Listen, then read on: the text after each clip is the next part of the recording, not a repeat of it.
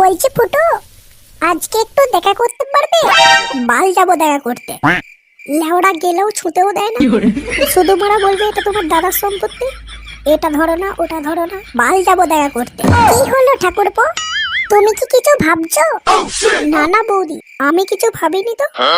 আজকে না আমার শরীরটা ভালো নেই, গাটা কেমন ম্যাজ ম্যাজ করছে। ও ঠিক আছে, শরীর না ভালো থাকলে আজকে তাহলে আসতে হবে না, তুমি ঘরে বসে বিশ্রাম নাও, ঠিক আছে?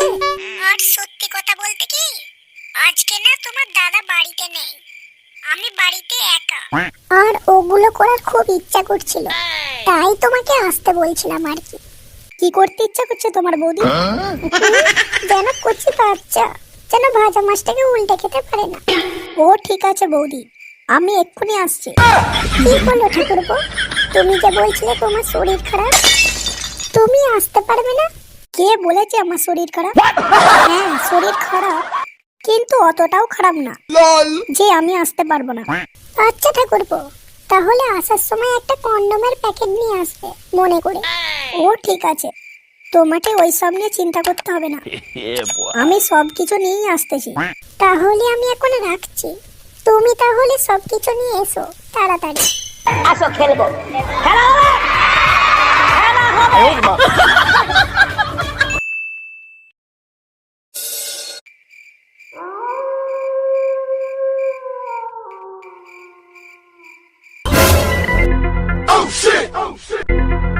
জব মারা, এই সেগো মারানি এত রাত্রে এখানে কি করছে?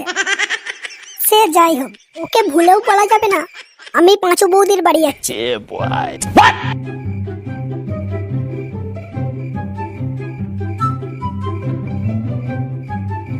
কি রে ফুটো, তুই এত রাত্রে তাড়াহুড়ো করে কোথায় যাচ্ছিস?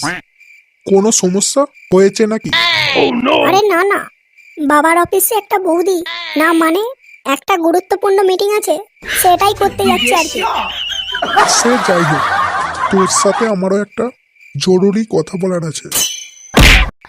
ধ্যান লেওড়া, তুই শর্ত মারা একটা গুরুত্বপূর্ণ মিটিং এ যাচ্ছে, কালো কুত্তার মতো রাস্তাটা কেটে দিল।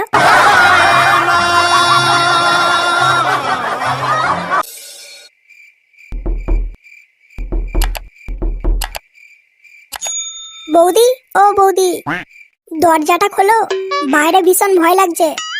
বৌদি, ও বৌদি।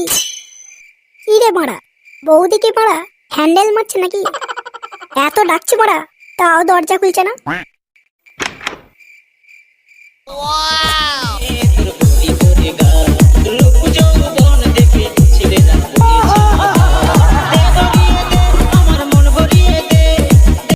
আরে ঠাকুরপো, তুমি এসে গেছো? কি যে বলো বৌদি, তুমি ডাকলে আর আমি আসবো না, এটা কখনো হয়?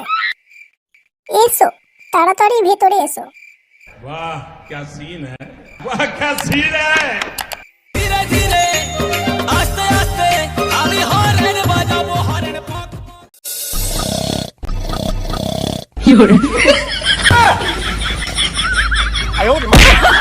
কতবার লেওড়া তোকে বলেছি গাঁজা খেয়ে তুই হোস্টেলের মধ্যে আমাদের সাথে শুবি না? যত সব গাঁজা খেয়ে শুবে আর বৌদির স্বপ্ন দেখবে, ঘুমটাকে পুরো দাদার ঘাড়ে তুলে দিল। লেওড়ার ছেলে কথা করে।